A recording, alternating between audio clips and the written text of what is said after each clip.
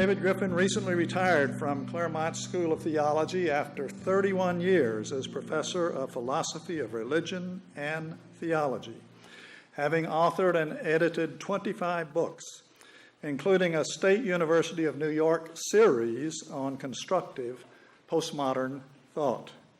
Another topic to which he has been devoting himself over the last decade has been theology and politics, with particular attention to the need for global democracy. After 9/11, he began an intensive study of U.S.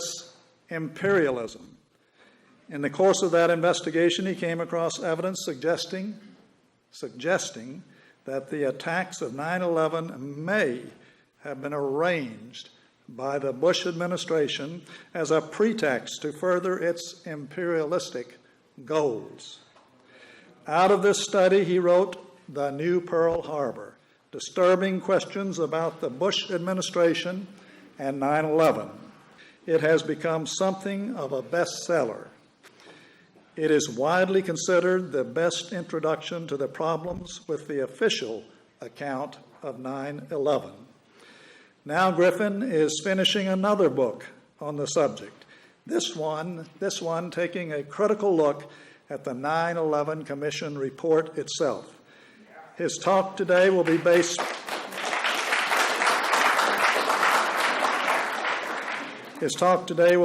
primarily on this forthcoming book.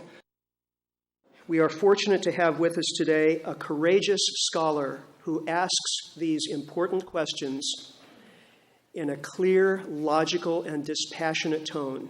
Please join me in welcoming David Ray Griffin.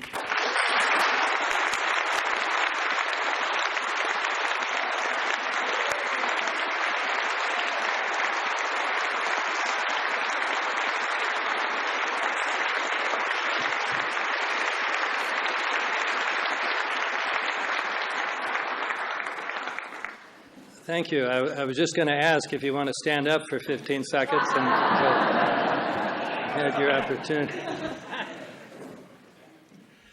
With regard to our topic today, truth in politics, some people may wonder, people maybe outside this room, but is there anything in the 9/11 Commission report that is untrue? And now that I've finished the book, my big question is, can I find a true sentence in the book?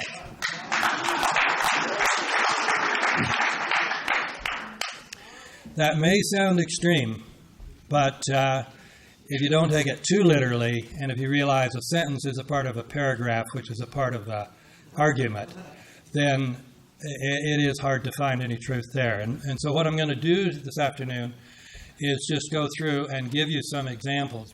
One thing to understand about the report is that, we quite often name commissions after the leader. So we had the Rumsfeld Commission on the space program, so on. So quite often this is called the Kane Commission.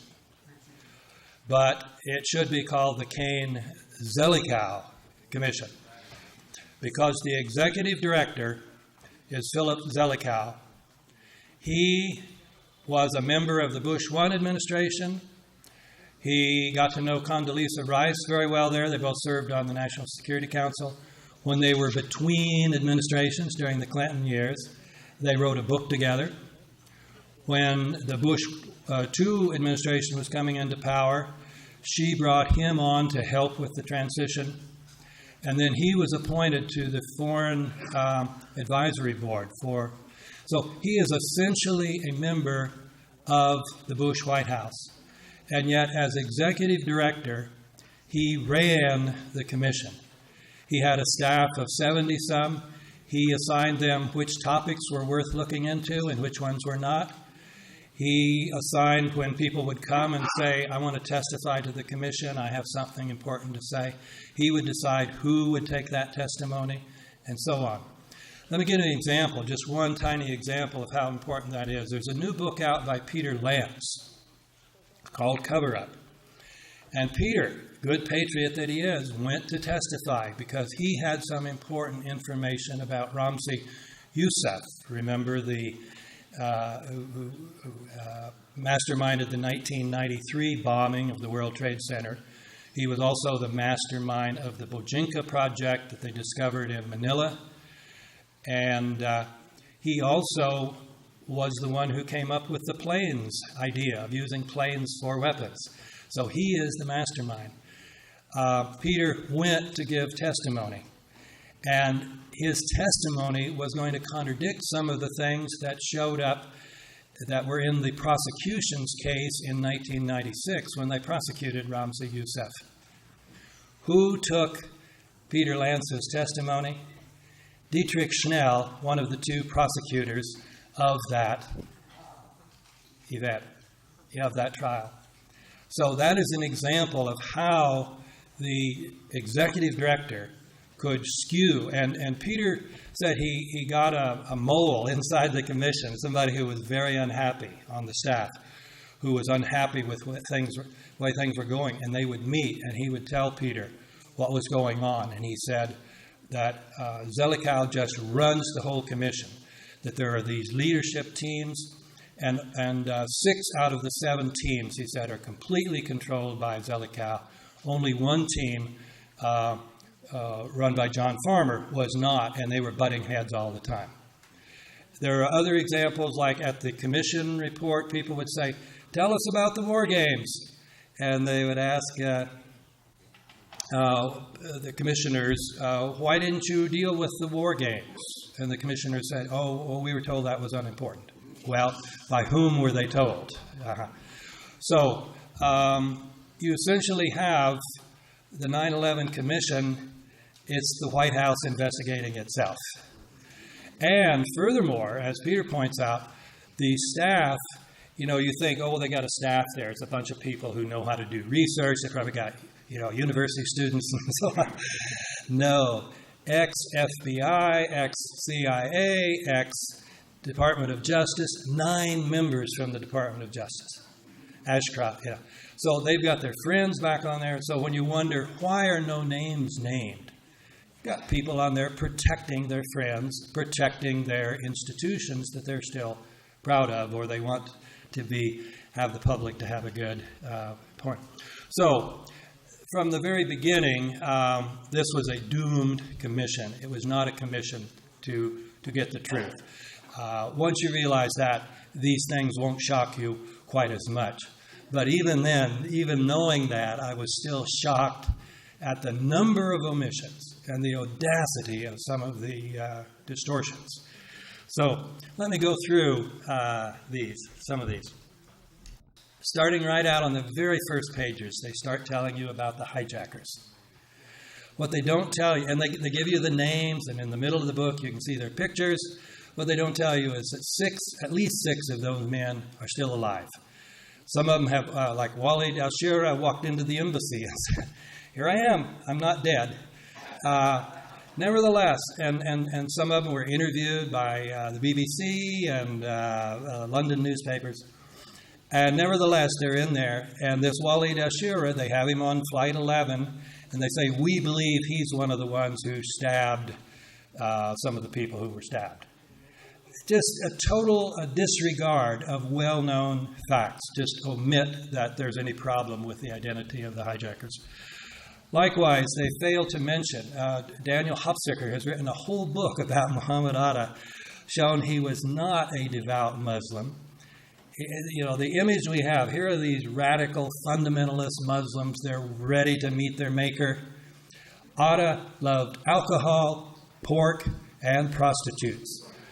And the commission says, we're puzzled. Why did these guys go to Las Vegas? We've not found any credible reason. Well, they loved lap dances, Another alleged hijacker is Hani Hanjour. And they tell us he was chosen to fly Flight 77, the one that was going to hit the Pentagon, because he was their best pilot.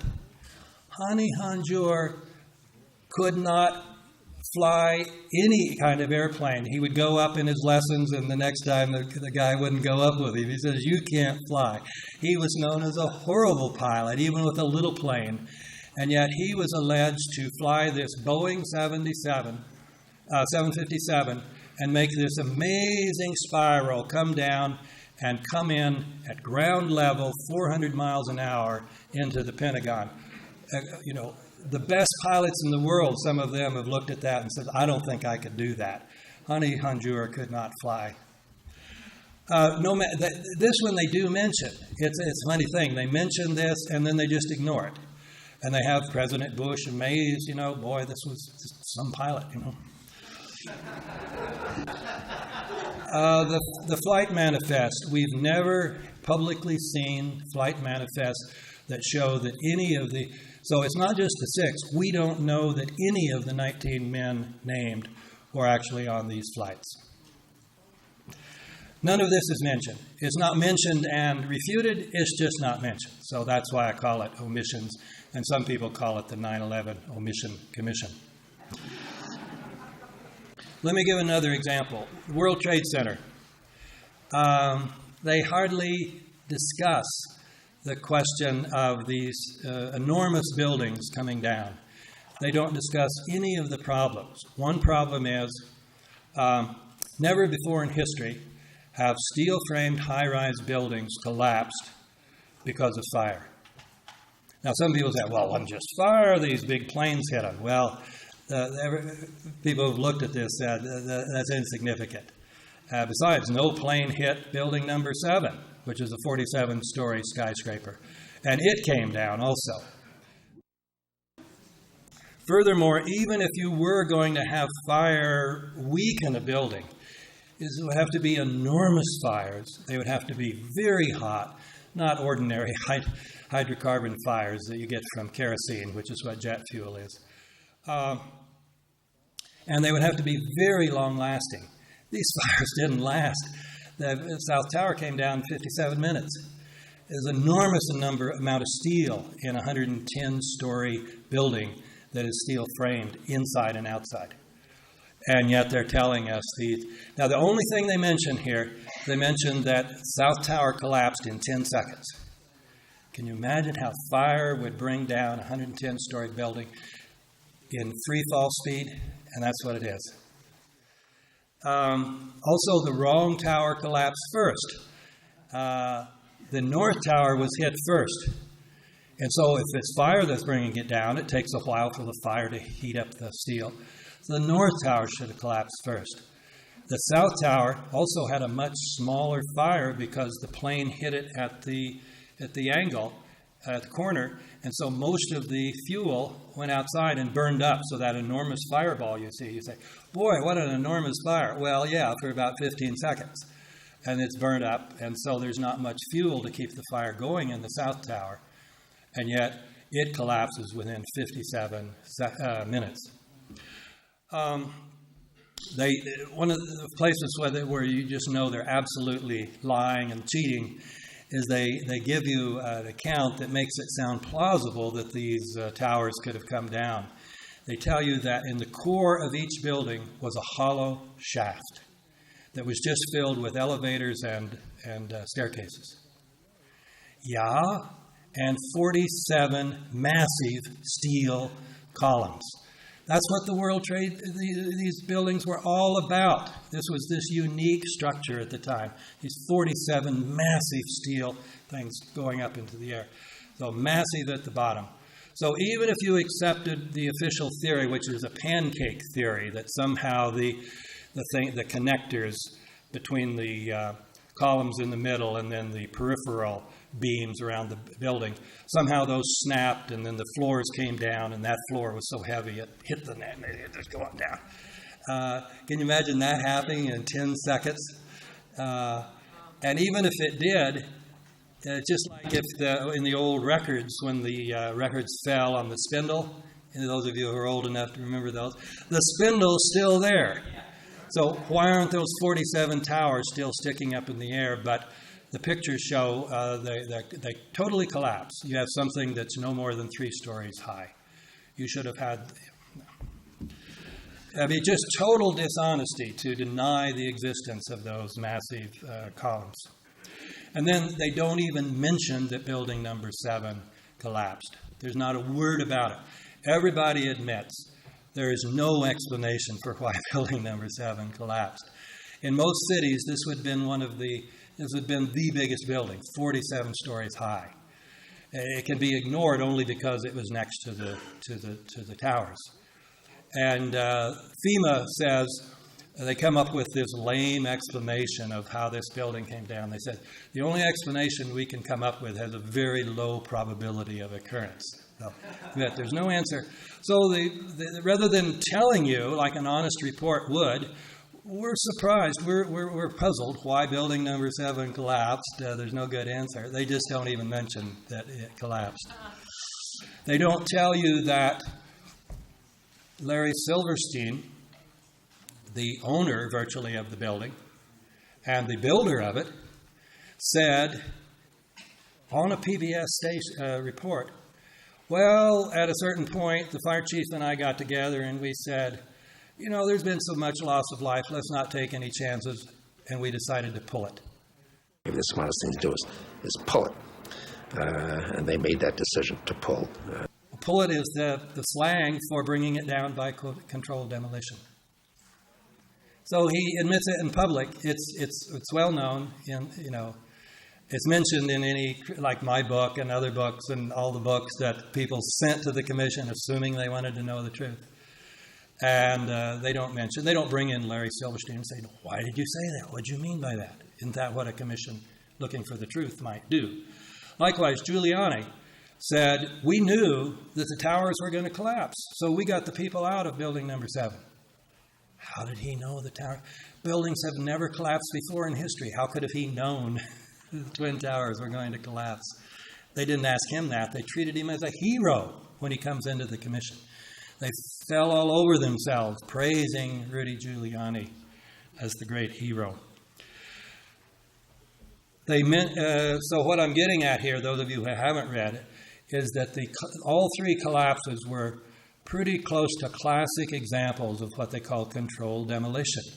When dynamite or some kind of explosives are placed throughout the building at all the crucial points, and then they put them on a computer and they bring them down in a certain order, and therefore the building comes straight down so it doesn't fall on these other buildings, and they come down in virtually free fall speed. And that's what happened here. All 3 buildings. You can see them on all sorts of places on the website. You don't see them on TV anymore. They showed them the first night, and Dan Rather, bless his soul, comes right out and blurts out the truth. He says, boy, that looks just like controlled demolition.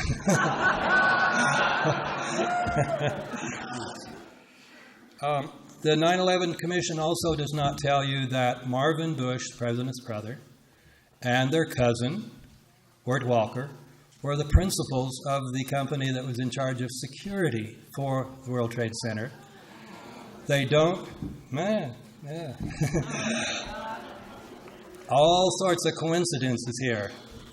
They also don't tell you that there were many reports of people who worked in the building saying, we got a shutdown order, so for 3 days we couldn't go in the World Trade Center. There were engineers coming in and out. We didn't know what. Okay, moving right along to the Pentagon. They don't tell you that, they do mention that it was the west wing of the Pentagon that was hit. They don't mention that for terrorists who wanted to really strike a blow at the Pentagon, the west wing was the least likely part to hit. Why? Because all the big brass are in the east wing. That's where Rumsfeld and all the top generals are. Furthermore, the west wing was being renovated. So it was reinforced so the fire wouldn't spread to the rest of the building. Also, there were very few people there. And so, although it's tragic that 125 people on the ground were killed, several thousand would have been killed if the plane had hit any other. Well, if it had been a plane, we'll come to that later.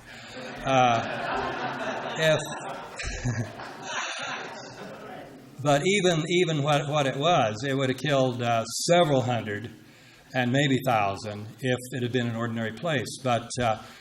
And also, terrorists would want to kill Pentagon workers. Most of the people killed were civilians who were there working on the renovation. Furthermore, as I said, it was the hardest place of the Pentagon to hit. You've got this huge Pentagon here with acres. all you had to do was fly right into the ceiling, right into the roof, and you would have done, you couldn't have missed. Even Hani Hanjour could have hit it. And all you had to do was hit the east wing. And, remember how smart these terrorists were? These were masterminds. And yet they didn't know that the west wing wasn't where you would want to hit. Why don't they just release the videos and show us? There are cameras there, cameras on hotels next door. There's a camera in the gas station across the street. All you have to do is show us the videos and you can prove it was a Boeing 757. No, they didn't show us any. They finally, after Thierry Masson came out with his theory that it wasn't a Boeing but a missile, they released 5 frames that they said proved it.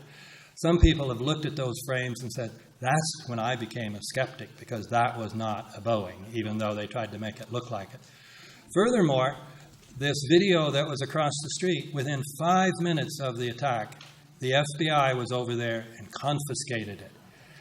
You would think the FBI would be distraught. Hey, for the first time in history, the Pentagon has been hit. No, they had the presence of mind to get in their cars and drive over there and confiscate the video.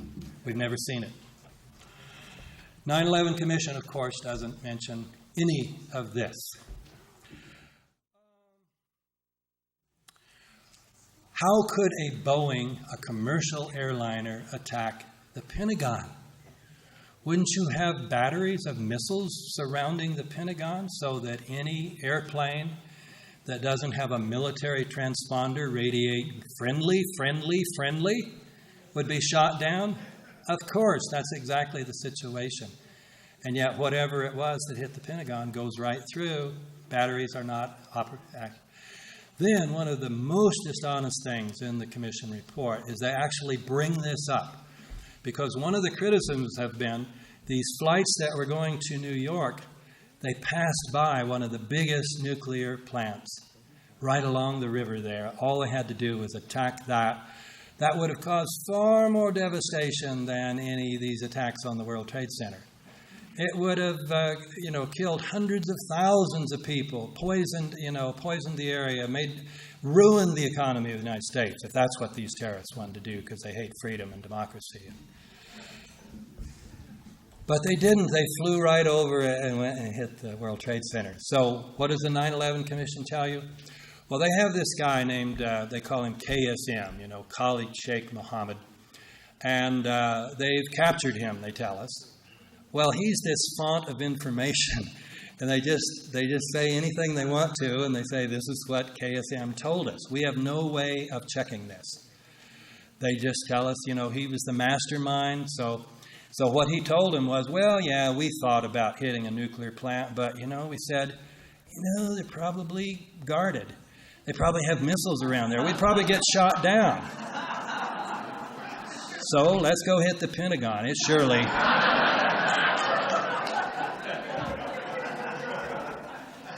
And I hate to say it, I'm not making this up. So when you hear that this report is the #1 bestseller of the year, and also you go on Amazon and look at the reports, the ratings, customer ratings, at least the last time I looked, 9 out of 10 were 5 stars. People are saying, now we know the truth. And yet this is comic book stuff. When you know what the truth is, you know all these other reports that they've ignored. It's almost comic book writing. Just, no, that's not true. This is true. How do we know it? Well, because KSM told us, or because we have this transcript, but of course it will be put in the vault for 50 years and you'll never be able to see it. With the Warren Commission, they published all the supporting documents. Whatever you can say about the Warren Commission, you can say a lot about the Warren Commission. And Max Cleland said, I'm not going to be part of another Warren Commission cover-up. And he wasn't. The president got him another job. And so you got Max Cleland off the commission, and so you got a unified report. They're very proud. We published this without dissent. They just give you all these reports, and yet they in the notes in the back, and these are authoritative, and yet there's nothing that you can go to check these reports because they're in the hands of the FBI or they're in the hands of other people. You can't check out anything they say, unlike the Warren Commission. At least you could see the testimony.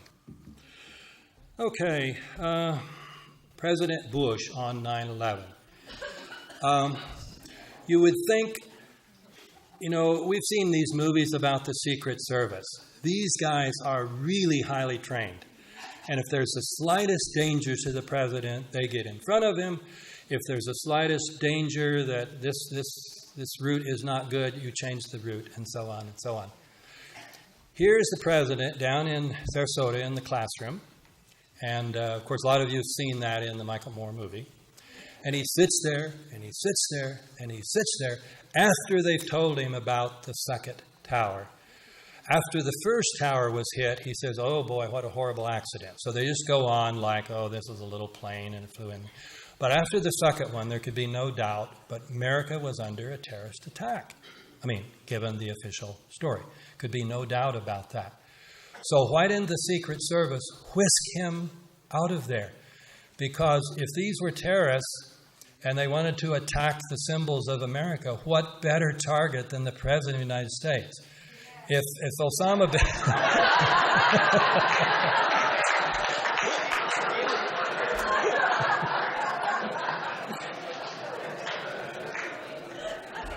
I started to say I'm not trying to put ideas in your mind, and I see I don't have to. Yeah.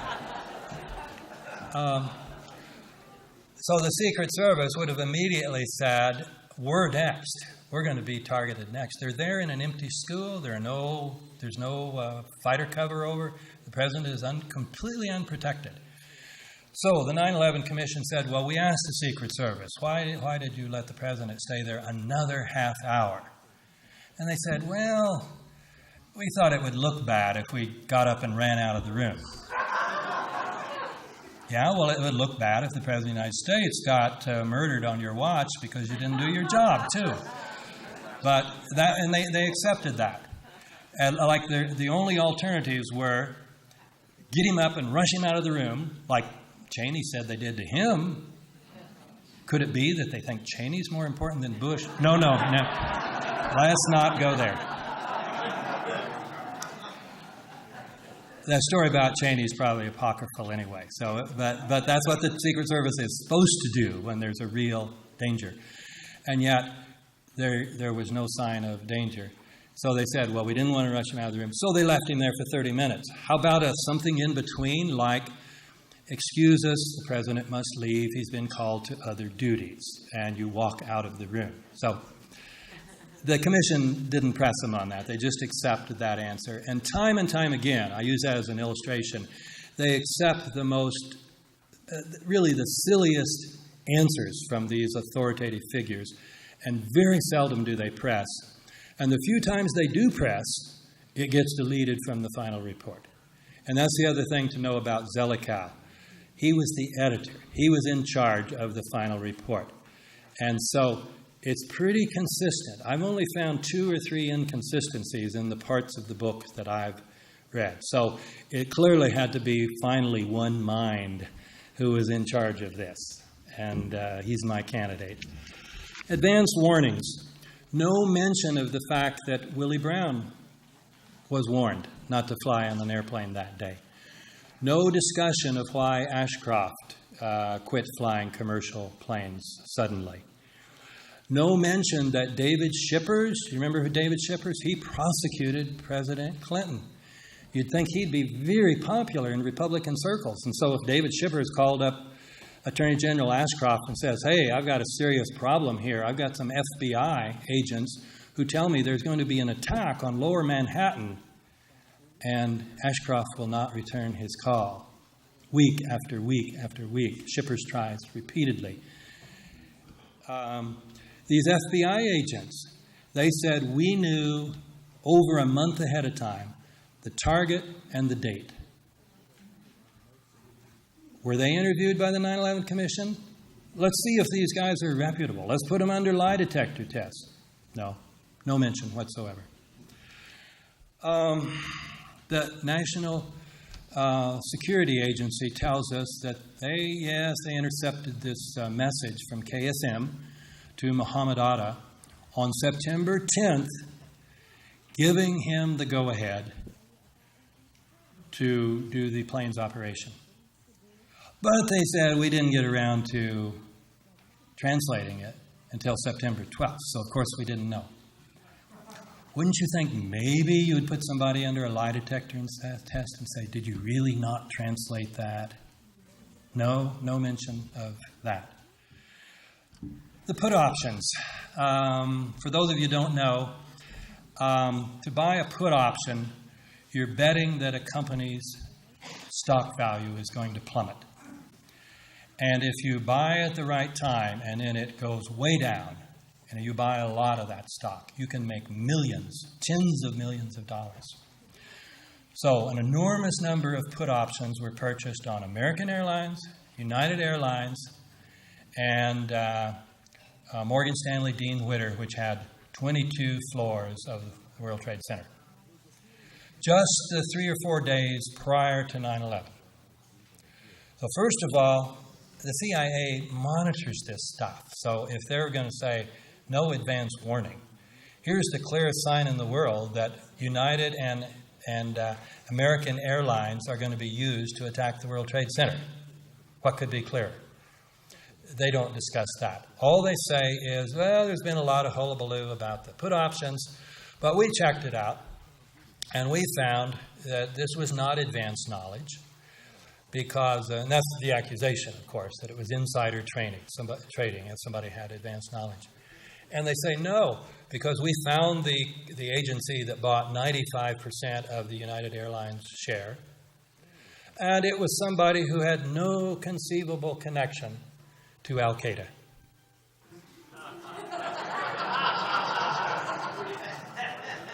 So you see the circular argument. The official story is that the commission started with and ended with is that the operation was pulled off entirely by Al-Qaeda and that nobody else knew about it. And so if this guy didn't have a pipeline to Al-Qaeda, he couldn't have possibly, it was just a lucky guess. Osama bin Laden. There were good, strong reports by Lefebvre, the Swiss journalist, that in July of 2001, Osama bin Laden, who was known, he was the black sheep. He had been disowned by his own people and his own family and the royal family. And he was the number one wanted in the world. There was a, what was it, $10 million reward or whatever it was prior to 9/11. But he was the number one person wanted in the world. Lefebvre says he stayed in because of his kidney problems. He went to the American hospital in Dubai, in the United Arab Emirates, and was treated by an American doctor, and was visited by the local CIA agent, visited by the Saudi equivalent, and members of the royal family. No mention of this in the 9/11 report. Do not mention that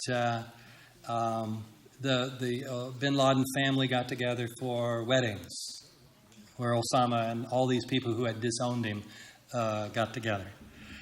They do not mention that the British press decided that the whole hunt for Osama bin Laden in Afghanistan was a charade. Remember this when he was in the Tora Bora Mountains and we were bombing this road, and yet somehow he escaped into Pakistan? They didn't tell us that, well, there were two roads and we only bombed one road and they went the other road. And then you heard Kerry the other night pointing out that said we outsourced this job too. So rather than the U.S. military going after bin Laden, no, we put it under the locals. Well, the locals were probably in, So they don't tell you about this story about Gerald Posner tells in his book. He's otherwise very orthodox about 9/11. It's called Why Americans Slept. He says that this guy, Abu Zubaydah, who was one of the top 3 or 4 Al-Qaeda people in the world who was captured, then he was put under interrogation by CIA guys pretending to be, because they were Arabs, pretending to be from Saudi Arabia. So he says, oh, great, my own countrymen, let me tell you, just call these, he had these numbers from memory. He said, call these members of the royal family And they'll tell you, I'm the go-between between the royal family and Al-Qaeda. And they know all about this, so, be fine. And the CIA agent said, not after 9/11 it won't, because now all bets are off. They said, oh, no, they knew ahead of time. They knew there were going to be attacks on 9/11. It's no surprise to them. No mention of this. Now, Posner's story may be false. He may be an opportunist, and some people think he's just a lying person. And but no mention of it, even to refute it. Which you would think, and remember in the first, those of you who read the book, read in the preface, it said, our intention was to give the fullest possible account of the events surrounding 9/11. Well, this would be part of the fullest possible account. No mention of Saudi funding of Al-Qaeda. Now, some of you maybe have read Bob Graham's book. He reports that the 9/11 joint inquiry that the House and Senate Intelligence Committees did in 2003. And remember the 28 blocked out pages? That was about, he says here in the book clearly, that this was about Saudi government, and particularly about Saudi government funding of Al-Qaeda. No mention of this in the report except a disclaimer, this mantra they have, we have found no evidence. They say, we have found no evidence that any foreign government, we have found no evidence that the Saudi government or any members of the royal family gave money to Al-Qaeda. Now, Craig Unger, in his book, have you read House of Bush, House of Saud? This is the book that a lot of Michael Moore's movie was based on. And Unger reports that there's no doubt about that Prince Bandar, who is, in tight with the Bush family, even known as Bandar Bush. He's the Saudi ambassador to Washington. That he and his wife, particularly his wife, Princess Haifa, gave about $130,000 to a couple in California, San Diego, allegedly for a thyroid problem for the wife. And maybe she did have a thyroid problem, and maybe it was all innocent. But nevertheless, the money then went from that family to two of the alleged hijackers, Al-Midar and the other that was in San Diego. And so this is documented both by Graham and by Unger. And yet they said, we found no evidence that Princess Haifa gave any money, whether directly or indirectly, whether intentionally or unintentionally. She just didn't give any, period. Or that is, we found no evidence that she gave any. That statement could be literally true. You can't find sometimes what you don't look for. Saudi flights. Remember, this was the big to-do about Michael Moore's book, and people came out and said, oh, that's just gross distortion, that there were any unauthorized flights that were carrying Saudis.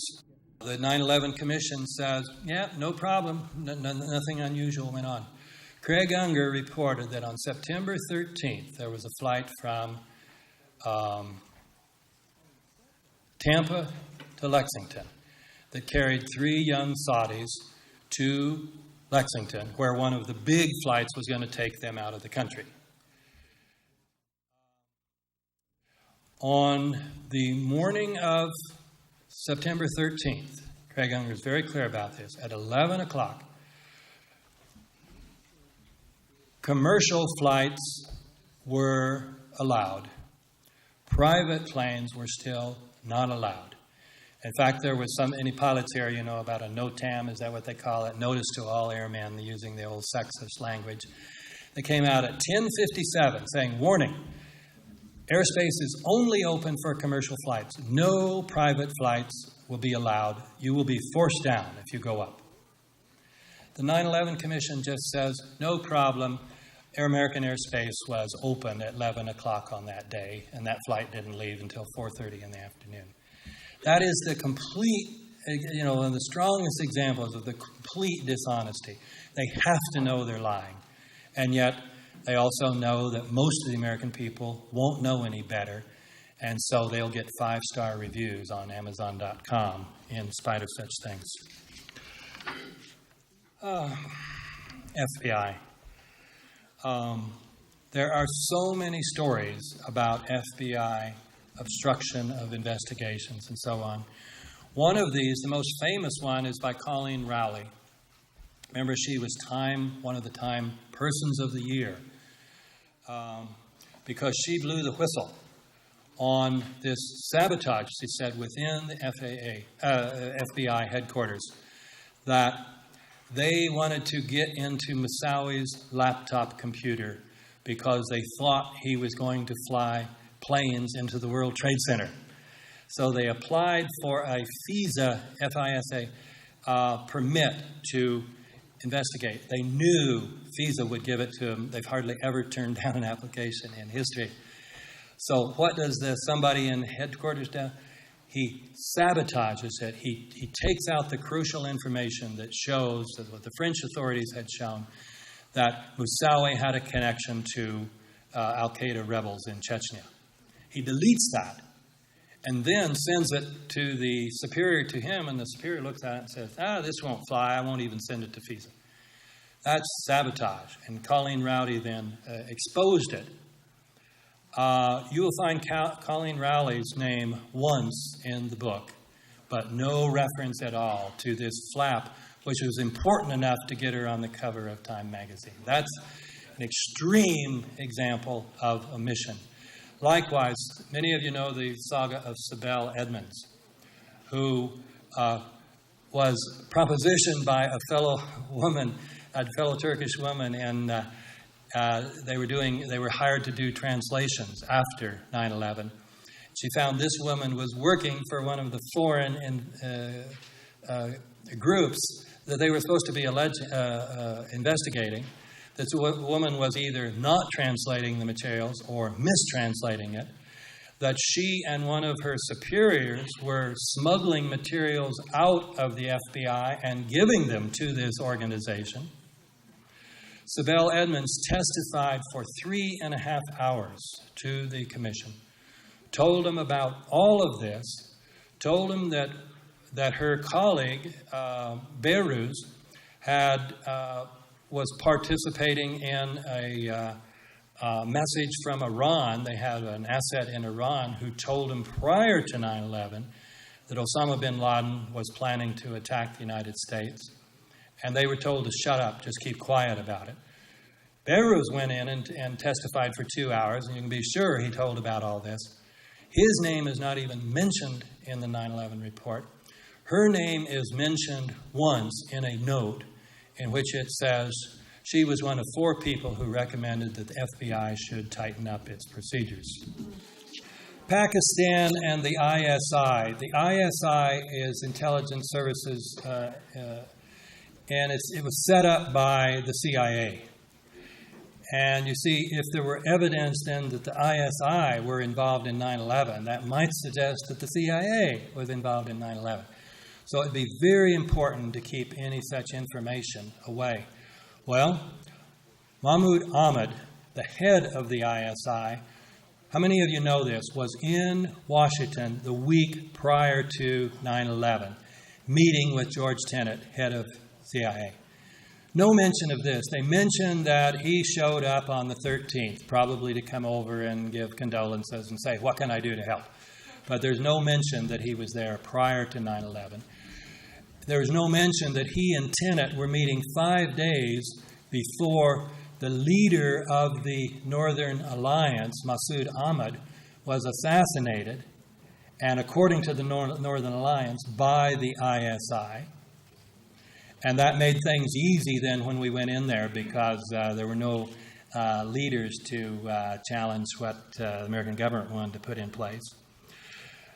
Then word came from India that this same chief of the head of the ISI had ordered another ISI agent to wire $100,000 to Muhammad Atta shortly before 9/11. So here you have the ISI up to its eyeballs in 9/11 planning. Not a single mention of any of this. And here's it shows the other, they said, we found no evidence of any foreign government funding. And of course, when you get to the back of the book, what are the recommendations? Continued cooperation and funding of Pakistan, and of course, continued cooperation with Saudi Arabia.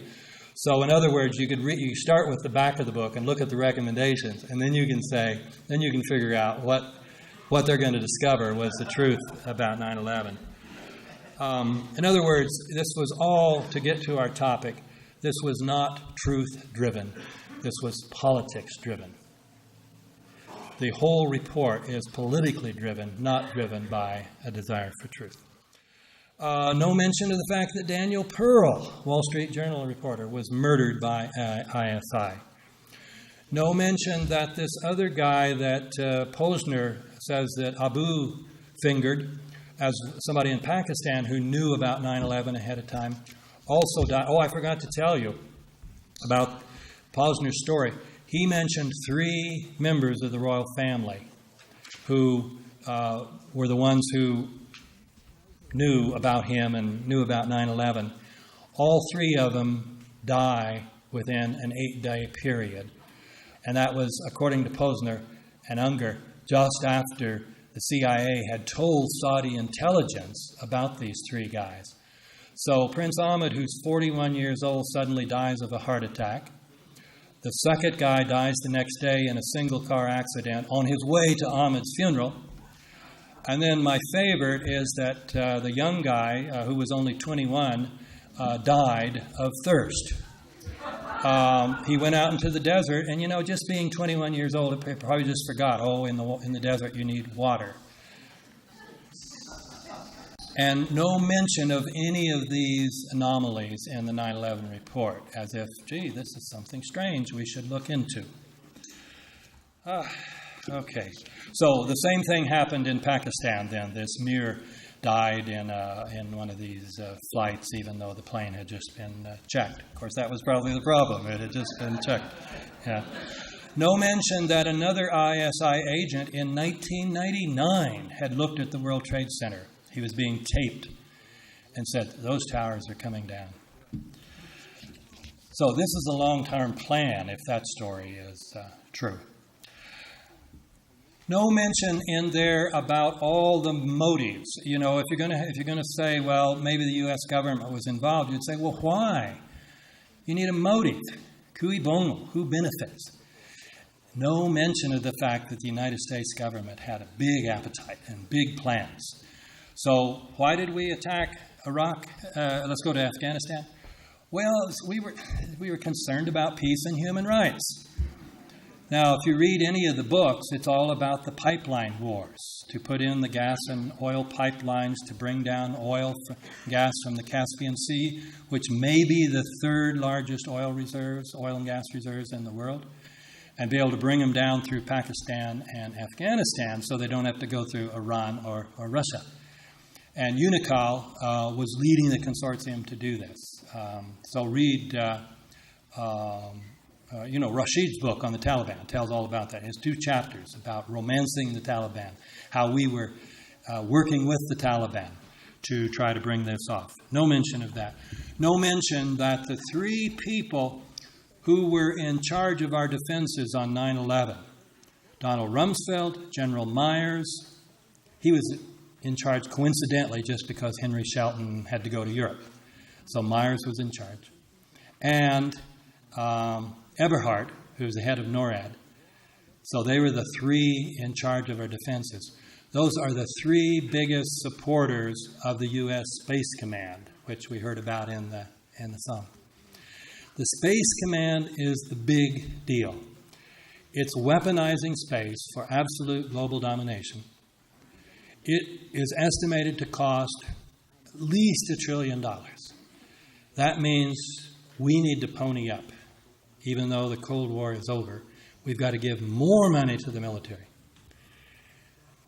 How do you get the American people ready to pony up?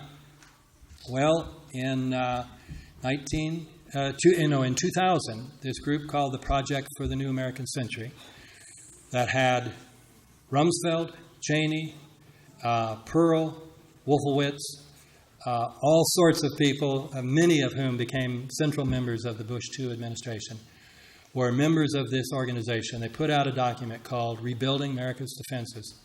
And in there they say we need to do this rapid transformation of the military. But it's going to go very slowly, absent some catastrophic and catalyzing event, such as the new Pearl Harbor. The evening of 9/11, evidently Bush wrote in his diary, I think the new Pearl Harbor happened, of the 21st century happened today. After 9/11, Rice, Cheney, Bush were all going around saying, this 9/11 provides great opportunities for us. No mention of that, the word opportunity. There's in the 9/11 report, there's an index. You can go on internet and look up any word. Look up opportunities. You will not find opportunities in the mouth of any member of the administration. Iraq, no mention of the fact that this same group had been chomping at the bit to attack Iraq ever since Papa Bush wouldn't do it back in 91. They were very upset with him. In the report, no mention that we might have some interest in the oil. Now, Kerry, the other night, in my moment, the proudest moment, he said, what happened when we went to Iraq? We ignored everything. Everything was chaos except the oil ministries. We protected the oil ministries. Furthermore, he said, we're building 14 military bases. If you read Chalmers Johnson's book, that's what it's all about. Oil and bases are two sides of the same coin. That's what it's about. You would not get an inkling of that. We were just going over to take care of Saddam because he was a bad man. Okay, I'll have to draw this to an end. Let me just say that when my book comes out in 6 weeks, the second part of the book, which is dealing with the 9/11 report, defending the military, going through Flight 11, 175, 77, and then 93. This is by far, every reader reads it and says, this is the strongest part of the book. And I'm sorry I didn't get to it today, but then I want you to buy my book. But when you get to this part, you will say, part 1 is mild, compares with the lies in part 2. Let me just give one example. The big question is, did we, our own military, shoot down Flight 93? And many people have argued Cheney was down in the underground shelter masterminding this operation. What does the 9/11 report do? It tells you, well, Cheney didn't get down there till 10 o'clock. And then the flight was down at 10:03. No way he could have done it. And then he didn't give the shoot-down order till 10:15. Norman Mineta, Secretary of Transportation, testified to the 9/11 Commission that he got to the White House about 9:15, checked in with Richard Clark. This corresponds exactly to Richard Clark, what he says in his book, Against All Enemies. Went down to the underground shelter, got there by 9:20. Cheney was already there, was clearly in charge. There was a guy coming in talking about this flight is 50 miles out. Does this order stand? This was probably whatever was coming towards the Pentagon, which in the book they tell you, gee, we didn't know anything about it until 2 minutes ahead of time. And here we have it, almost 20 minutes ahead of time. And so they make up this story that Cheney didn't get taken down to the underground shelter. And didn't actually get in there till 10 o'clock. So they lie by probably, Richard Clark's account suggests that Cheney went down about 9:12. So they lie by almost an hour there. And they tell you, well, this was in the logs, but the Secret Service says, well, those logs somehow got destroyed. We don't have that information, but we can trust the Secret Service. So the biggest lies are in part 2, particularly with regard. Well, let me summarize. you got three stories. You now had three stories about 9/11. The first few days after 9/11, Myers, NORAD, and others were saying, we didn't send up any flights until after the Pentagon was hit. Well, that wasn't going to wash. That looks like a stand down where you say, well, just let it happen. So then they start telling us, and CBS says on Tuesday night, oh no, they sent up flights, but they just didn't get there on time. And that became official then on September 18th. They came out with their timeline. They said, here's when the FAA told us, and here's when we scrambled airplanes. And unfortunately, they just couldn't get there in time. Now, then, in the meantime, critics have looked at those timelines and said, you still could have made it. You could have stopped Flight 175. You certainly could have stopped Flight 77, assuming it was.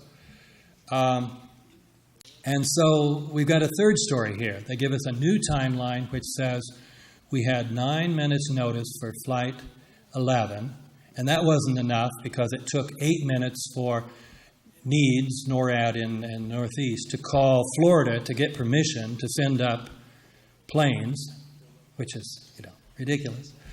An 8-minute phone call when you've got a crisis. And then no warning whatsoever. So they tell you that what we've been told since September 18th is all false. When September 18th, NORAD's timeline said we got a notification of Flight 175 at 8:43, the 9/11 Commission says, no, that was a mistake. They didn't know about it until the South Tower was hit. And then Flight 77, they said, well, we got notification at 9:24. No notification. We only heard about it 2 minutes ahead of time, just in time to send up a guy and look at it and say, yeah, that's a Boeing 757, all right, just before it crashed. And then with Flight 93, no warning whatsoever. So just a complete rewriting of history. And revisionism is fine, but you've got to show why the old story was false and why the new story is more credible.